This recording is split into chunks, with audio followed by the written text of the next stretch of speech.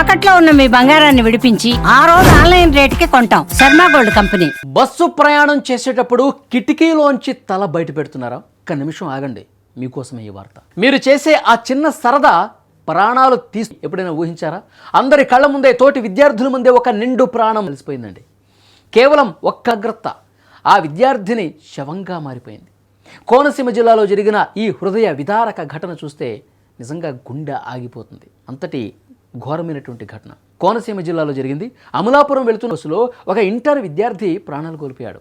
Bus కిటికీలోంచి తల బయటకు పెట్టడంతో గడ్డర్ తగిలి విద్యార్థి అక్కడ మృతి చెందాడు. మృతుడు లక్ష్మీదేవి లంక గ్రామానికి చెందిన సోంపల్లి వెంకట రవీంద్రగా గుర్తించారు. ఒక్క క్షణం అజాగ్రత్త వల్ల అనంత వాయువుల్లో కలిసిపోయాడు.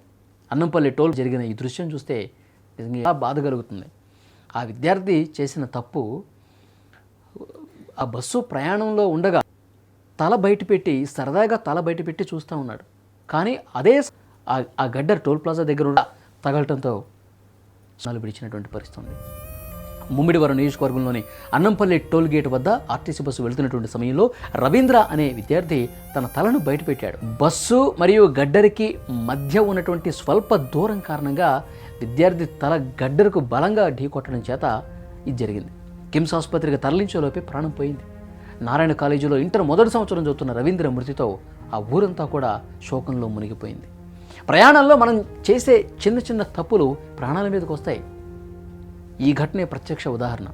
కిటికీ పక్కన కూర్చున్నప్పుడు సరదాగా మనం కూడా చాలా సందర్భాల్లో బయట చూస్తూ ఉంటాం. బయట చూసి బయట ఏం కనిపిస్తూ ఉన్నాయి, ఎవరు ఏం చేస్తూ ఉన్నారు, బయట ఎలాంటి వెహికల్స్ వెళ్తూ ఉన్నాయి, సరదాగా చూస్తూ ఉంటారు. కానీ ఆ సరదా ఎంత ప్రమాదకరమో చూడండి.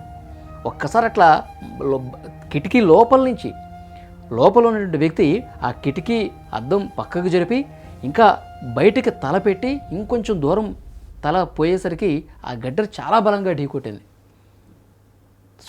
స్పాట్లో పూర్తిగా అతని తల ఛిద్రమైపోయి ప్రమాదంలో పడిపోయాడు. అతను ఆసుపత్రికి తీసుకెళ్లే లోపే మార్గమధ్యంలోనే చనిపోయి ఎట్లా ఉందో అర్థం చేసుకోవచ్చు. ఒకవైపు విద్యార్థి మృతితో కోనసీమ కన్నీరు పెడుతుంటే భద్రత మీద కూడా ఇప్పుడు ప్రశ్నలు వస్తూ ఉన్నాయి. డ్రైవర్ల అజాగ్రత్త ఉందా, లేక టోల్గేట్ డిజైన్లో లోపం ఉందా అన్నది కూడా విచారించాల్సినటువంటి అవసరం ఉంది. ఎందుకంటే బస్సుకి అంత సమీపంలో ఆ గడ్డరు ఉండటం ఏంటి?